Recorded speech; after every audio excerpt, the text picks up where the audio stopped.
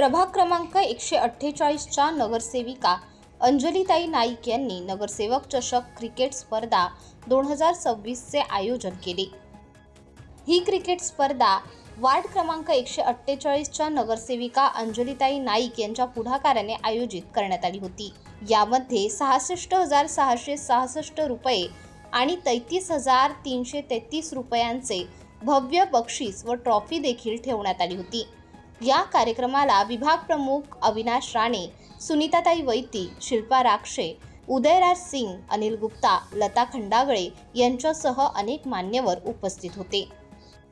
मला माझा वॉर्ड क्रमांक 147 जेव्हा राखीव झाला त्यावेळी मला प्रश्न पडला होता की आपण आता कुठून, कारण की 146 पण राखीव, 147 राखीव आणि मग 155 समोरचा राखीव, मग आता एकच 148 उरला होता। आणि मग माननीय आमचे नेते आणि महाराष्ट्र राज्याचे उपमुख्यमंत्री एकनाथजी शिंदे साहेब, तसेच आमचे सर्वांचे लाडके माजी खासदार आणि शिवसेना सरचिटणीस राहुलजी शेवाळे साहेब यांनी सांगितले की ताई 148ला तुम्ही कामाला सुरुवात करा। आणि 2 दिवसापूर्वी सांगितलं त्या पद्धतीने राऊंड मारला, बघितलं, जरा रेकी केली वार्डाची कशी आहे काय। मग त्यावेळी अनेक गावमध्ये इथे आली तर ही मुलं मला भेटली, तर या हे जरा थोडे नाराज होते। मग त्यांना म्हटलं की असू दे, नाराजी असते, कुठे कमी कुठे जास्त असं होतं, म्हणून मग त्यांच्याशी बोलणं झालं, बसलं आणि मग त्यांचे दरवर्षीचे क्रिकेटचे सामने असतात, तर म्हटलं चला निवडून आल्यानंतर आपण तुमच्याकडे आपण घेऊया। आणि त्या पद्धतीने मग आपण मॅच घ्यायचं सुरुवात केली। आणि मग असं ठरलं की सगळा संपूर्ण खर्च मी करणार म्हटल्यानंतर ते म्हटले मॅडम आपण नगरसेवक चषक घेऊया, आणि त्यांच्या माध्यमातून मग आपण आता नगरसेवक चषक स्पर्धा घेतली। आता आपण वर्षभरात नियोजन करूया आणि बघूया की कशा पद्धतीने करता येईल।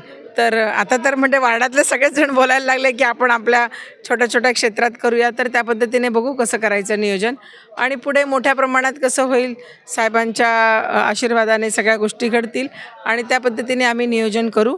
आणि पुढचं काय स्टेटस असणार, कुठल्या माध्यमातली मोठी संख्या असेल ती म्हणून, तर हो, आता तर ही सुरुवात आहे कामाची आणि बघूया। आता तर सुरुवात सुरू झालेली आहे, जस्ट जानेवारीत निवडणुका संपल्या, आता तर अजून आपलं हे चालू आहे की बजेटचं काम चालू आहे। तर जेव्हा फंडिंग येईल तेव्हा कामाच्या पण सर्व, इथे शौचालयाचा आणि कचऱ्याचा विषय खूप आहे, लादी पॅसेज ते तर केलेलंच नाही आहे, म्हणजे बरेच विषय 148मध्ये आहे, शाळा हॉस्पिटल वगैरे ते तर आहेच, पण बेसिक पण समस्या इथल्या नागरिकांच्या सोडवल्या गेल्या नाही, तर त्याकडे मी जास्तीत जास्त लक्ष देईल आणि त्याचसोबत मुलांच्या खेळाकडे पण लक्ष ठेवेल, कारण हेल्थ इज वेल्थ आणि ग्राउंडवरचं, कारण आता सध्या सगळे मुलं मातीचे खेळ संबंधित असलेले खेळ विसरले आहेत। परंतु या वॉर्डात मी आता बघितलं की शनिवार रविवार फालतूचं कुठे न जाता सगळीकडे, म्हणजे प्रयागनगर, प्रकाशनगर, विष्णुनगर, परत भारतनगर, आता आपण बघितलं इकडे शंकरदेवळा, गव्हाणपाडा, आताच राजू आणि हेमाकांत म्हात्रेंचं बोलणं झालं की मॅडम आपण गव्हाणपाड्याला पण घेऊया दिवाळीच्या जवळपास, तर असं आयोजन करूया।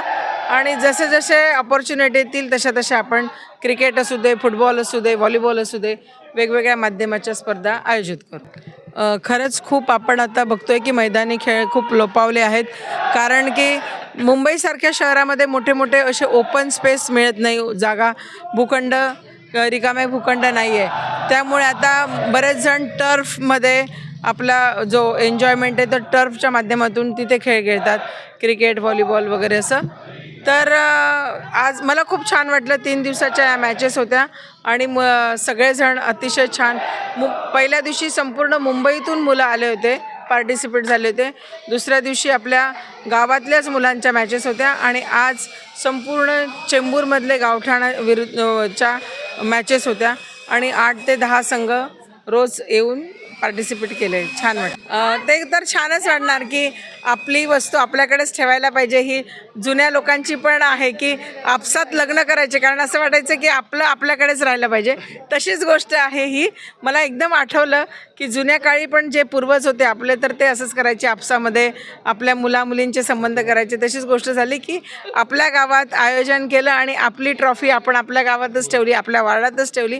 याचा एक वेगळाच आनंद. पण खरोखर मी मुलांना ॲप्रिशिएट करेल. अतिशय सुंदर नियोजन, अतिशय छान संकल्पना आणि अतिशय छान खेळाडू.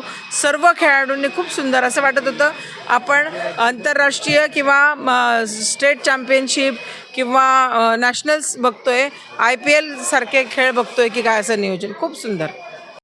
आज अंजलि ताई ने जो 2 दिन से चल रहा था नगर सेवक चषक, उनका आयोजन किया और यहाँ पे आनिक गांव क्रिकेट संघ जो एक युवा लोगों का संघ है, उनके नेतृत्व में और अंजलि ताई के नेतृत्व में, और आनिक गांव क्रिकेट संघ इसमें विन हुआ है.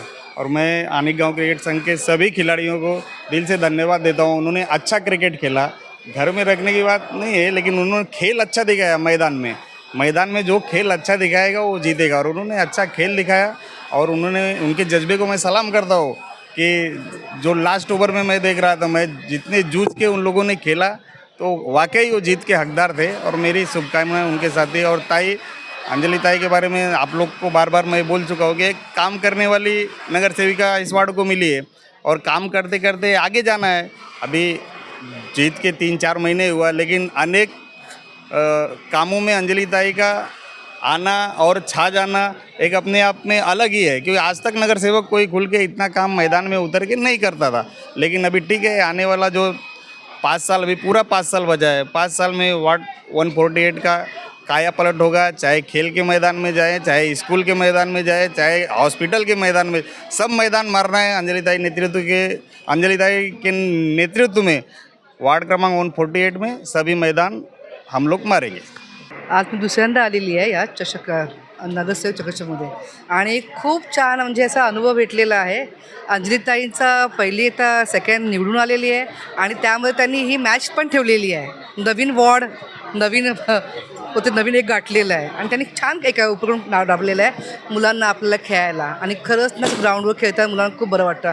हल्ली ही मुलं अशी बघतात ना, मुलं मोबाईल बघतात. हे नवीन उपक्रम म्हणजे चांगलं वाटतं ते खेळताना. आणि अंजली हे काम सुंदरच करत आहेत. आणि अजून 4 वर्ष बाकी आहे, अजून 5 वर्ष बाकी आहे. अजून नवीन धमाके बघायची बाकी आहेत, ते पण पूर्ण करणार. जे महिलांचं झालेलं आहे ना, पुरुषांचं झालं, महिलांचं 100% पुढच्या वर्षी ताई करणार. ताई तुम्ही करणार ना? हो.